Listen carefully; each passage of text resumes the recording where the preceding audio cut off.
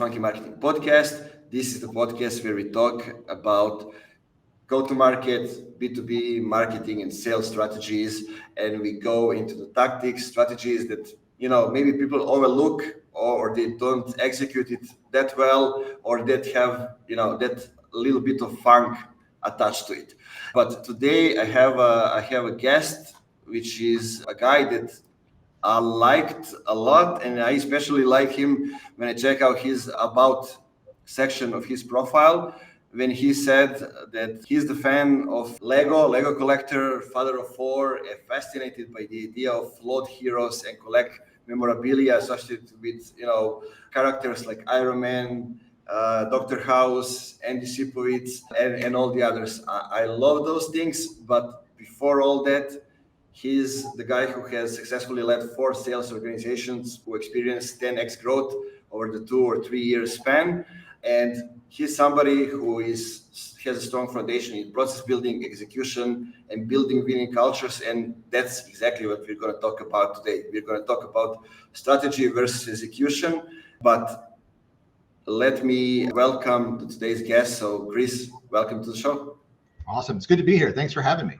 That's my Flawed Heroes wall is right there behind me, if you can see that. So that's where it's grown over the years. But so I usually collect 8x10 autograph photos of any movie or film star that I've considered flawed hero. So you can see there's Darth Vader, Ted Lasso, nice, etc. So it's grown over the years. There's a couple that I haven't put up yet just because I haven't had a chance. But I've been slowly moving into my office over the past 6 months. Yeah, me too. As you can see, it's only a plant and books on a table. So I'm yet about to build things. But it's good things need to be shown in the offices. I always say that, and not only the things related to the business. That's what keeps us, more motivated and engaged on an emotional level. Yeah, there's a lot of I have a lot of toys in my office. So obviously, I collect Legos, so I have quite a few there. Just random stuff all over the place. Yeah, I have like 2 things. First one is Nikola Jokic, yep, like a basketball player, and then I have basically Awesome Mix Volume 2 from the movie Guardians of the Galaxy. A Lego one. Yep, that's a very good one. That's a good movie. I enjoyed that one. Yeah, especially the music is great. Perfect. Okay, so what did I miss when I announced you? Anything you would like to add? No. I mean, you covered it pretty well. I've been in the demand generation space in some sort of sales function for the better part of 16 years. Recently moved into a CEO role to kind of handle the full Monty of what it is to grow the business here at MRP. So that's been an interesting transition, and that's been really fun to kind of jump in on that side. But the term go-to-market is relatively new, right? I'll say it's this year's ABM. Right, or this year's ABX. There's always a trendy term or word or thing happening in the space, and this year it's very much go to market. And really, what's happened is some people are just starting to put a term towards what most sales or executive leaders have done for many years, and that's just figure out the best way, the most efficient way to market and sell your products into your space. Right. So there's been some solid work in classifying and categorizing it a bit and creating a level of almost a playbook, if you will. But for the most part, that's what a lot of us have been doing for a very long time. Somebody just decided to give it a name. Exactly. I say the same. And I'm glad people started to put that in the books. Like Maya Voya published a book about go-to-market strategies. We've been all doing a lot of different things, trying out maybe, the same things, implementing in a different way. And I'm glad that, people finally started putting in the books, which means that some of the older executives will read it, right? They'll get to it and actually, find out how things have changed. The way we buy has changed in the last couple of years as the internet matured and all those different stuff. And the way they do the execution and the strategy needs to change as well. Yeah, things are changing right now really rapidly. Free money, I call it the free money wave of roughly 2018 to 2022, where interest rates were low globally, and investors and private equity firms and companies were basically throwing money onto the fire to drive accelerated growth because valuations were just absurd.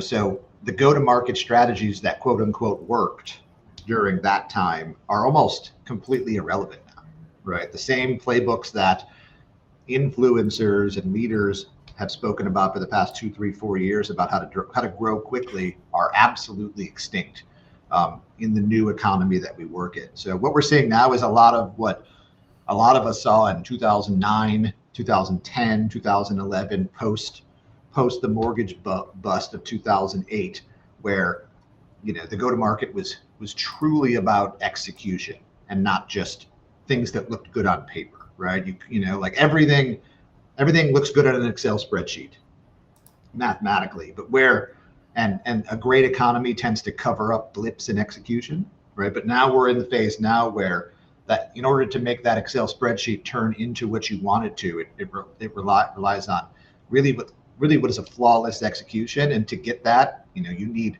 a high quality caliber of people, right? Who have that attitude that, is next level, right? I call them like the 10 percenters, right? Those who are willing to go beyond, right, to see success, not those who, don't hit and then make excuses about product market fit or whatever, right? Like, what's happening a lot, especially in sales and marketing right now, is sellers and marketers are doing the same thing that they were doing in 2008, 18, 19, 20, 21, not seeing the same results and then blaming it on a lack of product market fit, or blaming it on an executive team that isn't ready, or blaming it on 18,000 things. When really, they just most of those marketers just happen to ride a bit of a wave, and sellers as well.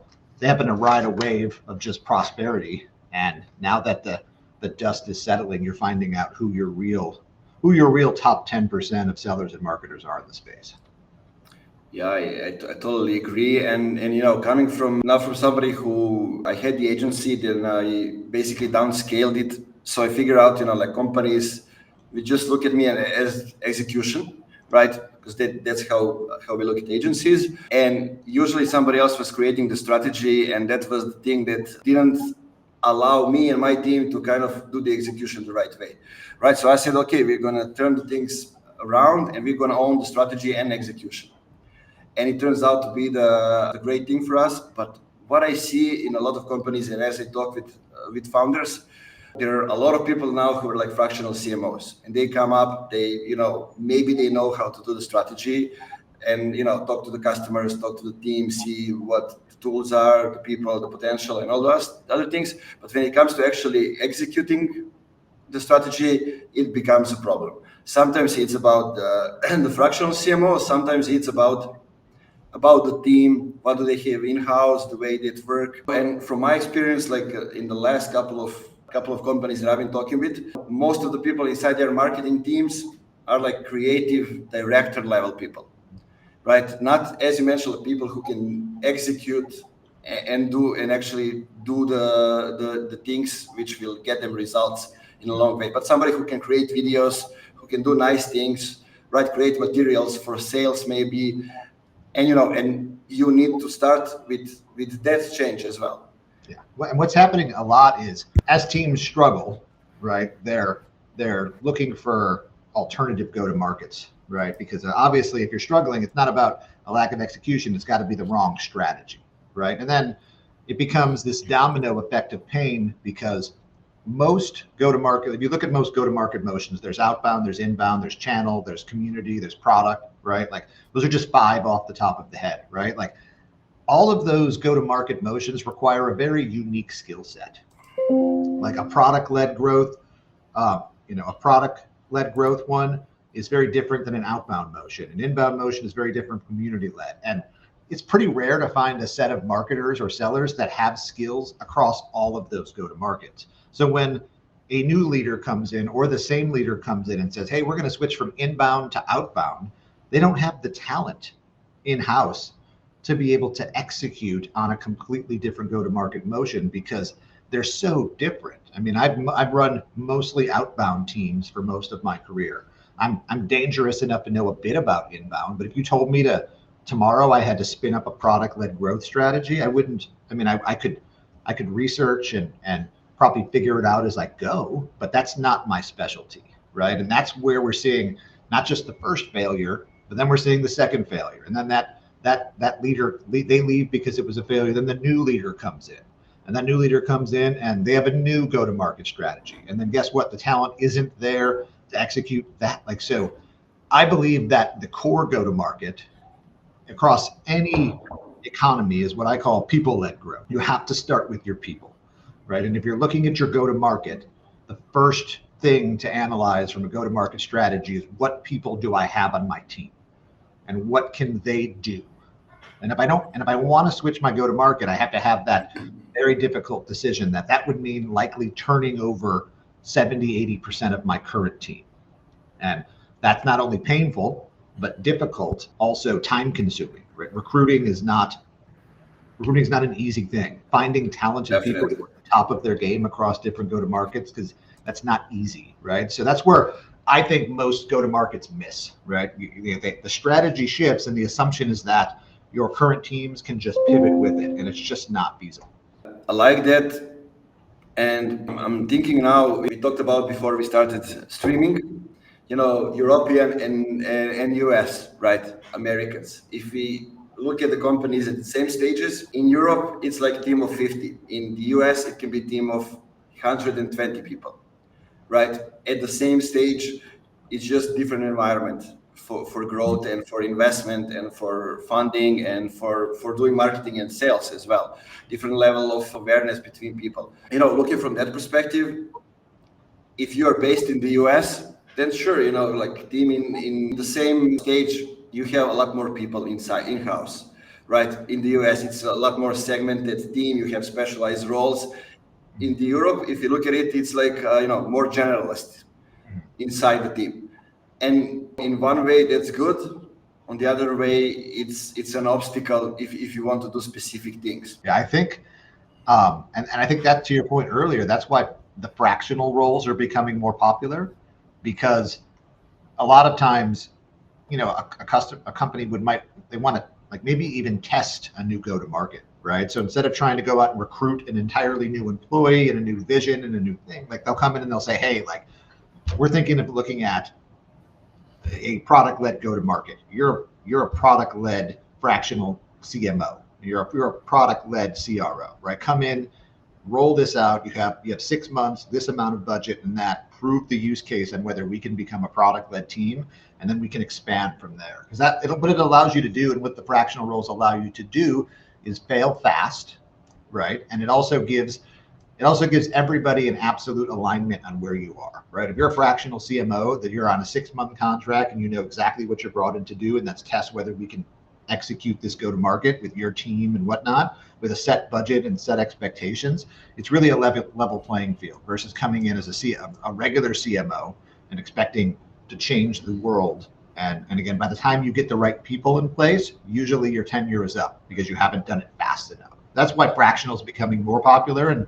And for those fractional leaders out there, CMOs, CROs, VPs of sales, etc., make sure you start marketing yourself as a fractional specialist in either 1, 2, or X go-to-markets, right? If you start attaching yourself with different motions, then you'll become that much more attractive to companies. Again, if you came up in Slack or Box or one of those very big Atlassian, one of those very big popular product-led go-to-markets, Canva, leverage that. If you're an outbound specialist, leverage that. If you're an inbound specialist, right? Make sure people know what your specialty is. So companies who are looking to recruit those fractionals can align their go-to-market strategies with the right leaders. Because again, there's very few who can execute across 4, 5, 6 go-to-markets at a high level. And again, most people can play, but really being a master of your trade, right, requires very specific skill set of tools that's built up over years. Yeah, totally agree. That's great advice, because you got me thinking now. Mostly with Funky Marketing was more of an agency working with, especially with the startups in the early stage, or maybe like seed C or D or something like that. And what I see, usually there is a CMO, and usually it's a person who's good at one or maybe 2 things, but usually it's good at hiring, can align to the goal, and can hire the great people who will help the execution. on the other hand, good with maybe branding stuff. So like building long term and creating the awareness and doing PR stuff and those kind of things. And then you have the investor who's pushing for results. And basically, I see the CMO who is in-house at that moment used as somebody who is like crucified literally on two sides. And then, sure, you need somebody as an agency to come in to help with execution because you can handle only one part in-house at that moment. But it's extremely hard situation. So I just want to get the conversation around that a little bit. Where a lot of the struggle is right now is really in being willing and open to have open and very direct conversations about expectations, right? And it's not marketing, especially right now, and selling is very much a long game, right? And what we're seeing is the transition between demand capture and demand creation, right? The boom of 2018 to 2021. So many companies in market across so many different product categories that was really just like, hey, I need to build a plan to catch as many fish in my net as I can, right?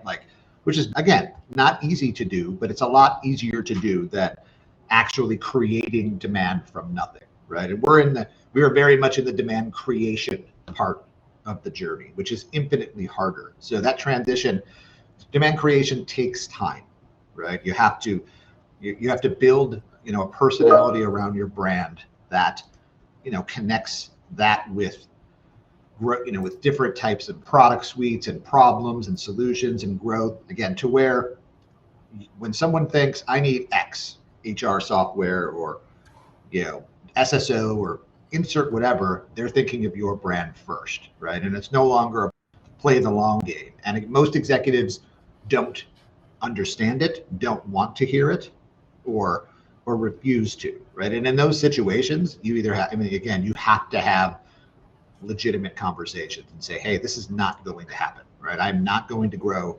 27% X over, it's just not going to happen, right? And again, you can say, I'll try and I'll do everything I can, but given the market landscape, X is not going to happen. Here's a more realistic expectation. And it's not a lot of people in any phase of the business, sales, marketing, ops, whatever, who are willing to have those conversations. And again, we're in this really awkward transition phase, right? Where a lot of the VCs and PEs put a lot of money into a lot of companies at very high valuations.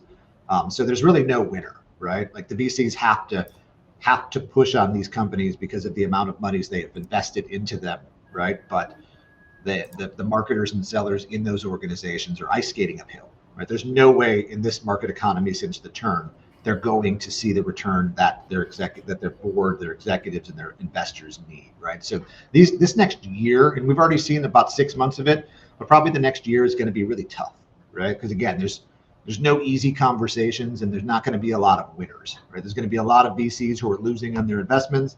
There's going to be a lot of sellers, marketers, and revenue leaders who are going to be losing on their jobs in that particular role because the expectations are simply just impossible to hit. Yeah, I totally agree. I think what we expected this year didn't happen, but it will catch up next year when it comes to the whole state of the economy. But there is one thing that you mentioned, and I see a lot of debate on LinkedIn, like demand creation, demand closure. Can we actually create demand and those kind of stuff? But I think it's nuances. We need to be on top of mind or be in the list of like 4 or 6 companies when they decide to buy to be able to actually sell when the time is right. So we can, no matter how we call it, I also like to use, demand capture or demand creation, because it's easy for me to explain to the company, we are in the market or we are out of the market, right? It's easier to say that. But one thing you mentioned, and I want to emphasize this because it's extremely important, and it is, you need to be straight and set up the goals, realistic goals. What can we actually achieve, right? And it's never an easy conversations. I've been talking with companies, and from like 16 or 17 companies, when I told them, do you want to do it this way, the way you were doing it, like lead gen model, and spend this amount of money, get this amount of scheduled meetings, and then just a few clients, or you want to do it in a different way, which will cost you less. and you will get better leads, less leads, but better ones. They always say, we don't want to hear the data from other companies. We want to try it on our own example. And then basically they waste money for like 3 months to get the same outcome, but then they see it on their own example, and I can show them the data using their own company, and then they believe it, and they say, aha, okay, so the lead is not actually, I don't know, like $50 to $500, it's like $5,000, right? When you add marketing, sales, advertising spend, and all those other things, it gives you a totally different picture of the costs. It's just about, right now it's capture what you can capture, right? Obviously have a great paid media person on on SEM, SEO, right? Again, there are people in the buying cycle for what you sell, right? Your first priority from a marketing standpoint is to capture as much of that as you can. That's priority one. Once you've maximized that, right? Obviously there's only so much search. There's only so much, you're only going to convert so much. There's so many competitors in the space. But once you've checked that box, we are capturing as much as we can, right? Then it's about, okay, now it's how much can we create? And then it starts to get into those, other types of tactics, whether it be podcast, if you will, or brand, or different types of interesting brand programs, or, long play content syndication that's designed to drive across a 6 to 12 month return. Like that's where I think most executives need to sit down and really understand, right? Because unfortunately, and I can speak for myself because we've all felt this, right? Every executive, mostly the C-level CEOs, think that there's just unlimited amounts of people Google searching whatever we sell, and we just have to go get them, right? Like it's just a matter of, but really there's not, right? There, like if there was unlimited, then Google would be $100 trillion business, right? And Bing would be a 200, $500 billion business or whatnot, right? But there are limitations to the amount of search, and once you're capped, most companies need to grow beyond those limitations, and that's where most executives just don't understand, right? And sitting down and having, I've had a lot of great success with B2B marketers and helping them have that conversation and say, hey, we've taken this amount of dollars and we focused it specifically on capturing those who are in market within a 3-month buying range of our software, right? We've capped that out, right? So I assure you that we're getting all that we can from there, and we're constantly optimizing it. The second wave of budget is for creating it, and that's a little bit more difficult, and it's a little bit more long term. So you need to be patient with the capture part, especially now, because there's just less capture available. So marketing teams and executives are more generally about the create versus the capture right now, and that's where there's a disconnect. Yeah, I totally agree. And when it comes to the creation, it's easy for the creation to seems like something unachievable. You cannot see it, you cannot catch it, right? So what I want to emphasize is it's important what you measure, and that you separate the way you measure demand capture and demand creation. From that perspective, like if you look at, for example, like LinkedIn ads, you want to know exactly who you are targeting, right, on LinkedIn. So what you want to track is the impressions. Are those people actually consuming the content? And if you align the C-level around those things, then they know, like these 3 months, we are following the impressions. We want to see if the right people are actually consuming the content. Then the next month, we follow like who's engaging, right? Those are only things that we need to measure. If it's happening, it means that we are getting towards our goal. Right, and then it's at the later stage is always the demand capture or like lead gen phase, when we have like companies or leads who has been multiple times on the website, engage with us on social, maybe send us messages to specific people inside the company, maybe even if we create a demand on LinkedIn, they even Google the name of the person and the name of the company, and we can see it in Google Search Console, or we can see it in the self-reported attribution on a website. Those are all the things that we need to communicate. And I think that part, communication, is the part that is actually killing a lot of efforts when it comes to demand creation. Yeah, so cool. I mean, I agree. It's an interesting, we're in a very interesting transitional phase right now. And I think it's going to be really exciting because I think there's a a whole large opportunity for the next wave of revenue leaders and revenue, both sellers, marketers, fractionals to kind of step up into a new spotlight, right? Because the playbooks of, there's a lot of leaders out there with playbooks who are refusing to let them go. And when that happens, this is a very different world that we live in. And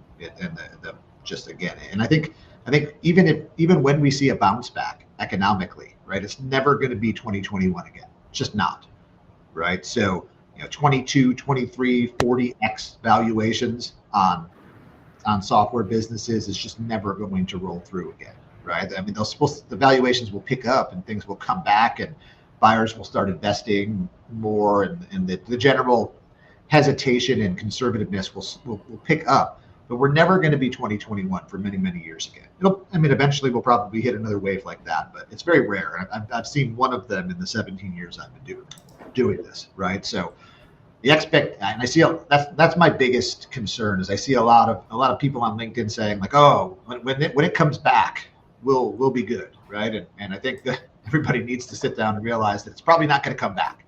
It'll pick up again, but what we experience and the success that some people, leaders, revenue, sellers, revenue marketers, the whole gambit, some of that success that we saw in 2018, 2021 was false, right? It was a false narrative. It just happened to be some folks in the right place at the right time, and using playbooks that are now, given the pivot, very outdated. Yeah, that's something to think about, right? And to communicate even more, because and you reminded me of the thing like I think Christopher Lockerhead says he's talking about category creation and those kind of things. When things get bad, those who create demand become in demand, right? And then people separate because they have limited budget, and then they separate what's a must and what's a nice to have. Right, must have versus nice to have, and then you see on one hand you have brand, on the other hand you see, if this product actually the thing somebody needs right now. If not, how can we create the story or describe the product? What can we do to actually emphasize the urgency for that person to have that product? Who's on the other hand, who are the customers that exactly need this? Why did we build this product? Right, so it gets us to rethink things over and over again. Agree. Yeah, and that's the key, right? Like the most popular one, I guess you would say in recent memory was, you probably remember the rise of Drift, right? When, again, all Drift was and it still is, it's kind of a glorified website chatbot, right? Like hundreds of them on the space, right? But the marketing leadership at Drift, created this conversational marketing narrative that everybody just jumped on, right? And it was a beautiful thing to see. Rare, right? I can only think of one Drift in the past that many years, right? But it's possible, right? And I think that's what we should be challenging ourselves for as marketers and as revenue teams, right? Is how do we, instead of like the person at the head of marketing for Drift didn't say, oh, do we have product market fit, or oh, it's too competitive in the space, or oh, we have a commoditized product base. They said, hey, let's figure out how to, just with a marketing engine, right, take over this space. And they did, and it was really, really fascinating to watch. And it was again, I bought Drift, right? I was again, at that particular junction, and then the wave of companies followed in that conversational category. But again, at the end of the day, it's really, it was a combination of a chatbot and some website tracking, right, which can be done for a fraction of the price with a couple simple tools, right? But it was really a great exercise of again creating that demand through a story and through a concept and through a vision. And if it can happen once, it can happen multiple times, right? So I think that should be our goal, right, as revenue teams, is figuring out how you can take your product and service and create that type of buzz, no matter what the product is, right? There's too much focus on the product these days. Everything's about the product. I need a better product. And again, when that happens, normally you just become, feature chasers, right? And usually in feature chasing type stories, the company with the biggest dev team or the biggest budget for new features and new things, and it's usually the one who's burning $7 to $10 million a month in marketing and dev spend are usually the ones who quote unquote lead the space, right? So not all companies are going to have dev teams of 120, 130 and be able to churn, right? Not all companies are going to have marketing budgets where they're going to be able to, throw up $100,000 parties next to the event in your space. So you have to figure out kind of how you can do it with messaging and story and that. And I think there's great examples of that in the space. We've seen some, and that's where I challenge my team, I challenge myself, and I challenge, all the revenue marketers to figure that part out, right? Don't create excuses about product market fit or competitive set or challenges. Figure out ways to push past those, because any company can find growth. You just have to unlock that special sauce. And once you do, it can accelerate fairly fast. Yeah, I think you are the first person this year on the podcast to actually mention Drift. Usually I'm the one that's mentioning them. And one thing, they got to know their audience really well, because, as far as I know the story, they were in Boston, organized like executive dinners, and learn what's one thing that's, that pops up as the thing that's pissing people off, right? Is the website forms. And they create the whole narrative around it. And what I like is they try to empower other people to do it and to build hyper-growth companies. At the agency, when I was a director at the time, we bought a book, Conversational Marketing. It came from the US, but 2 weeks later, we got another book from Drift. It was a free one, and it was called like Things That Won't Scale. 40 things that they have done to kind of create a hyper-growth company. The culture, the environment, all the things. It became the book that I'm recommending to people whenever I work with a company or I have my team, to kind of read and to get into that mood of growth. Yeah. And the other thing, I think they were the first ones to kind of blow up on LinkedIn, right? You probably remember all of them having same T-shirts with Drift logo, and they were everywhere in the comments. And coming up, engaging, and they just took over that part of the internet. Yeah, and I mean, like Drift is a nice recent use case, but I mean, I think probably one of the first ones was the early phases of HubSpot, right? Where again they created this whole story-driven, content-driven narrative that just drew. And again, LinkedIn wasn't as popular in the early stages of HubSpot, so it was primarily driven through their blogs and their web engagement with their site and some of that. But again, and HubSpot's continued to evolve, right? I mean, they were the small business CRM and marketing automation platform, and now they're really making a significant play up into the enterprise. So now they're actually rebuilding themselves, because sometimes it's very difficult when you do such a good job of being something that everybody only sees you as something, right? So that's the second phase of a company's growth, right? Where you have a HubSpot who's been so well known for this something, and now they're looking to rebuild themselves as something else, an enterprise player, a direct Salesforce competitor, a marketing automation and CRM platform that can compete at an enterprise level with Salesforce, right? And that's a unique and interesting challenge as well. So some of it's just fascinating like that. And again, some of it's done on the product side, but most of it is done with just convincing people to believe in what it is that you do. And then once you do that, then one person believes, and then Simon Sinek's law of diffusion of innovation, right? You have your early adopters. You're always going to have those 10%. Whatever you do, they're going to buy.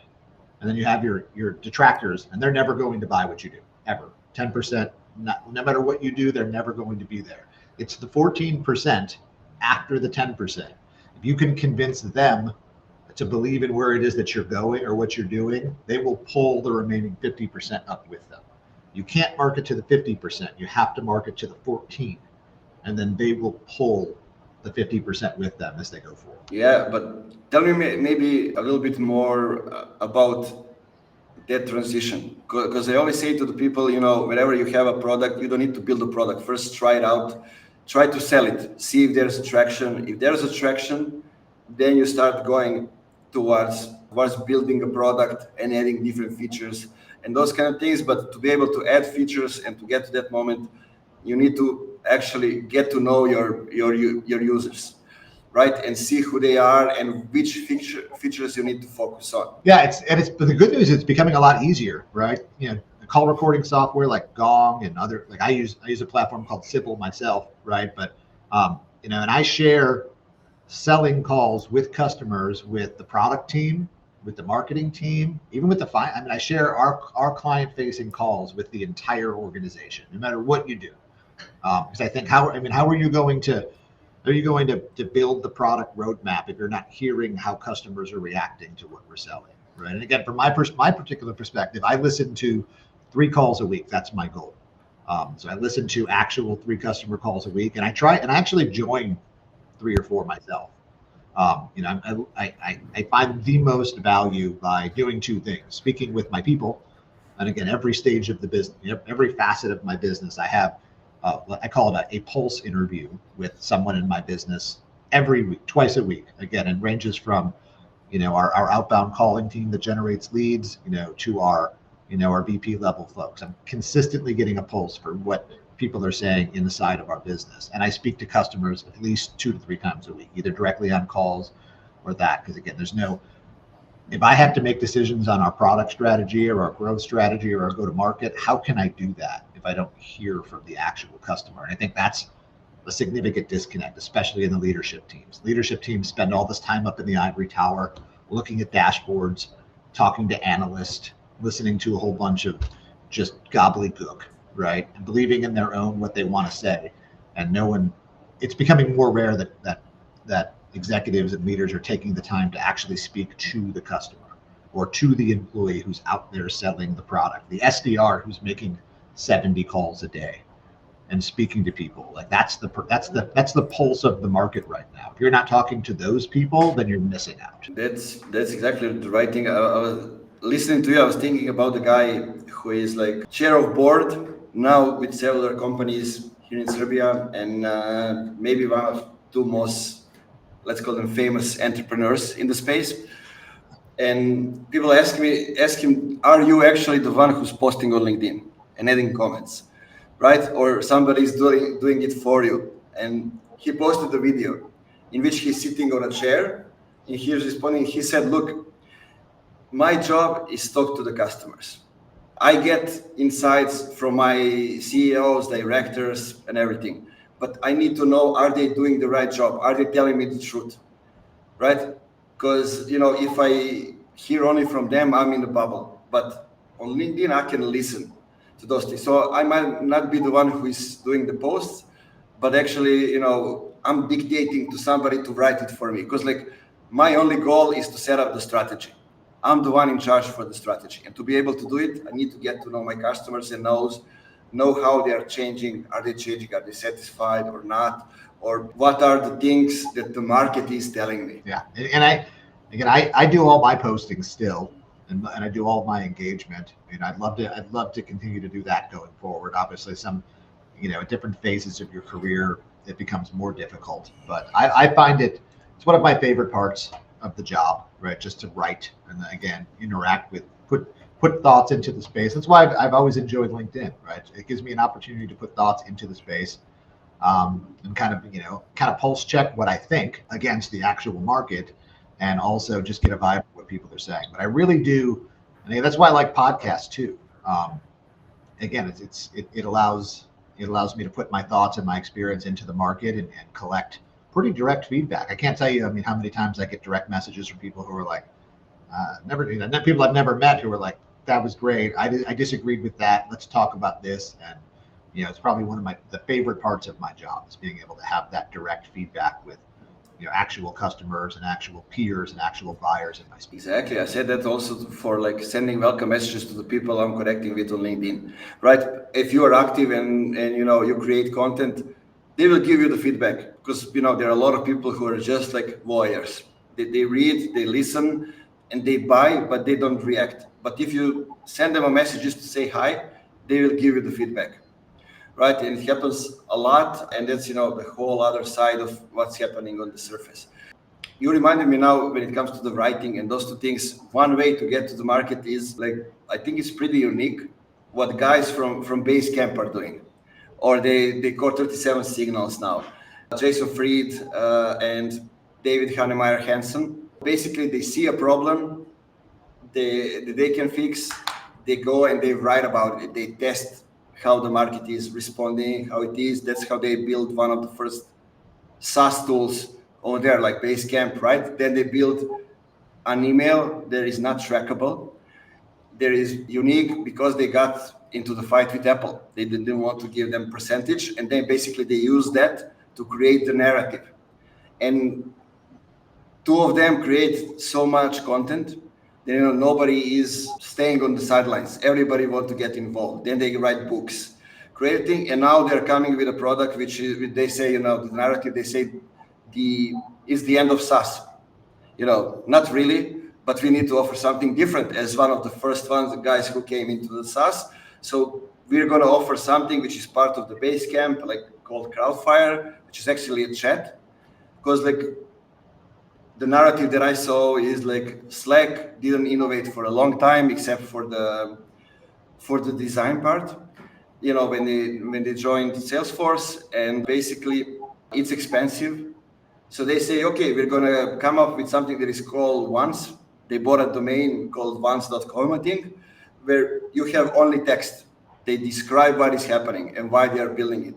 And in a couple of months, they will come up with something that's chat, challenge Slack or whoever it is, and come up with something that's totally different. You buy it once, and that's it. You can use it as long as you want to. Yeah, and SaaS has become popular just for its predictability, right?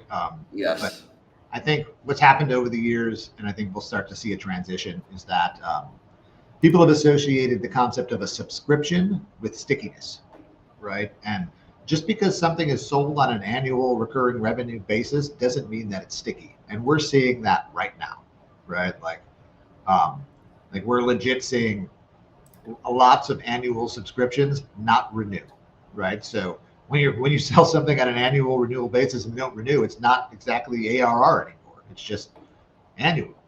And I think that's what's tossing the market up into a bit of a hissy right now, because again, like they're not hooking, right? So when you don't see the renewal, right, then that's stickiness. Whereas it's really just about building a product suite that works, that people like, right? That's the stickiness, right? I mean, Amazon isn't necessarily a subscription, but everybody likes it because you get free shipping and your stuff shows up right away and the prices are good and you can buy things in like a half a click, right? So like that's I guess that's the stickiness to which we all look for, right? And that's why companies become inevitably successful, because they're sticky, they're needed, people like them, they keep coming back even when they don't have to, right? Signing somebody up for a 3-year subscription isn't sticky. That's forcing someone into a commitment. And if you have to force someone into a 3-year, right, then that company is probably more worried about their stickiness than they're alluding to. Yeah, I totally agree. Chris, we're getting to the end. 2 things I want to ask, actually 3. But first one is there one thing on top of your mind that we didn't talk about and that you want to say? No, I think we covered a lot. We really covered a lot, but I think the biggest thing from my perspective going forward is really just kind of highlighting that things are very different, right? If you believe, or your leadership still believes, that things are very much the same as they were 6 to 12 months ago, they are not. Across, technology tends to lead the trends, right? So some industries outside of tech, haven't seen as much of a hit, right? Because tech has been a little bit connected to the, some of the SVB bank stuff, all of that, right? But I think tech will recover faster, but the second wave will likely hit non-technology brands and stuff once things kind of, transition themselves through that flow, right? So prepare for, capture versus, prepare for creation versus capture, right? And prepare for, probably a fairly challenging road for the next 6, 12, 18 months. But on the other side of it, you'll be a better revenue leader, or you'll be a better seller. You can sell now, you can sell in any economy.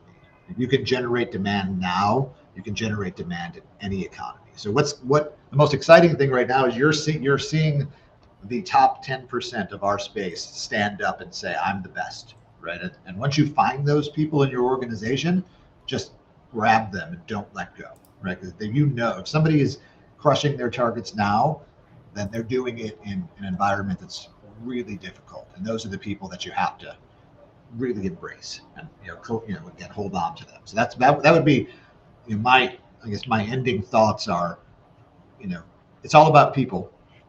It's all about that. It's all about people-led growth. And right now is a great time to identify those people who are your quote unquote rock stars, right? Are the people who are willing to go above and beyond, and the people who have that kind of refuse to lose attitude. So find them and then hold on to them for dear life. Totally agree. Guys, now is the moment when I tell you to go to the beginning of the episode. Listen carefully, stop on the moments when you think you need to stop, think about things. If you hear something that you want to go deeper into that, I'm sure, you can message Chris on LinkedIn. He will respond, give you more about those things. You can message me as well. But Chris, tell me what's in the future for you, for the company, and, what are some of the plans? No, I mean, the future's really solid. I mean, MRP is on a nice solid growth track over the past 6 months, as we're kind of, I guess you would say, rebuilding ourselves a bit. But we are really looking to help B2B revenue teams solve for the concept of having good timing, right? And I think a lot of marketing and sales is a lot of the chatter is about tactics, right? What works, what email or phone or LinkedIn message or events or X, right? But I think any tactic works fairly decently if you have good timing. If you send someone a bad email about buying HR software and they just happen to have gotten out of a meeting from their boss about needing HR software, you're probably going to get a response. If you send someone a really great email about HR software and they just implemented an HR software a month ago, you're probably not, right? So my goal and the goal of MRP going forward is to solve for that good timing by aggregating and identifying signals in the space that'll allow us to do that. And then obviously figuring out how our customers best want to consume those signals. Some want to consume them in the form of leads that go directly to their sales team. Some want to consume them as signals inside their CRM instance for their outbound team to prioritize.